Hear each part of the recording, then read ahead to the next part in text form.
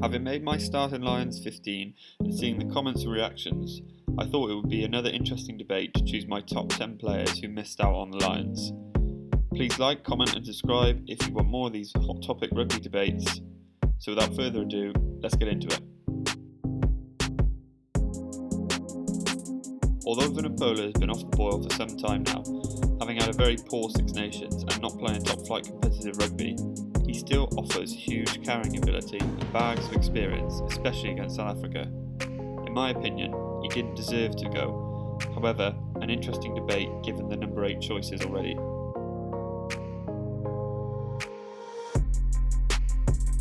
Jonny Gray has been a stand-up performer for Scotland and Exeter of late.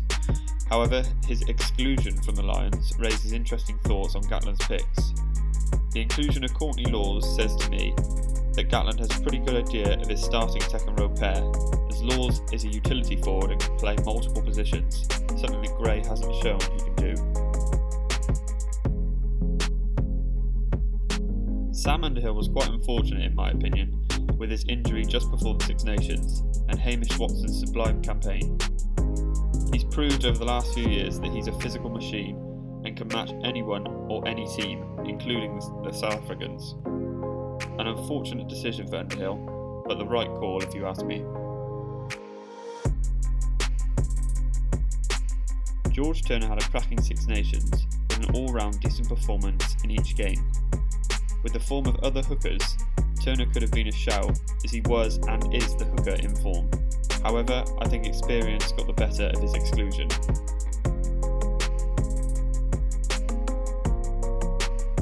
Johnny Sexton is an obvious player who has missed out this year. Having started the test against New Zealand 4 years ago, I would have thought he would have at least been on the plane, along with his bags of experience. However, maybe the frequent injuries has put a cloud over his name, and maybe Gatland believes there are better, more younger options.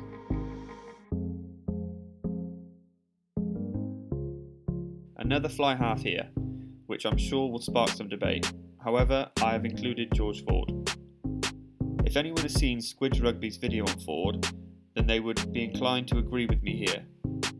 Ford is one of the best players at bringing people into the game and unlocking defences. Maybe the form of England didn't help his cause, but if anyone saw his performance against Ulster in the semi-final, then his exclusion might be missed.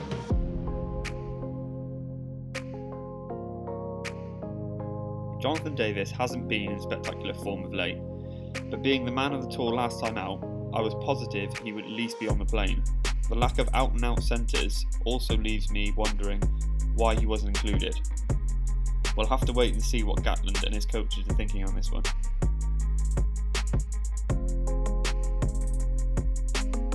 A heartfelt exclusion here, with CJ Stander missing out on his revenge tour against his native South Africans.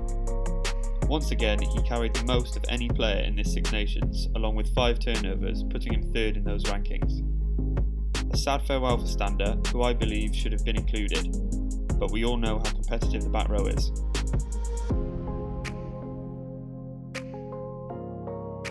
Much like Stander, Navid was unlucky to miss out on the sheer fact that the back row options were immensely tough to pick.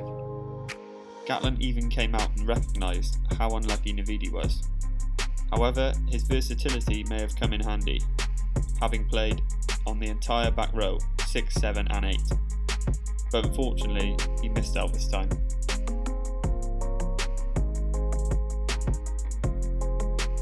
So number 1, Kyle Sinclair. Sinclair has had an emotional time the past week, notably with his man of the match performance for Bristol.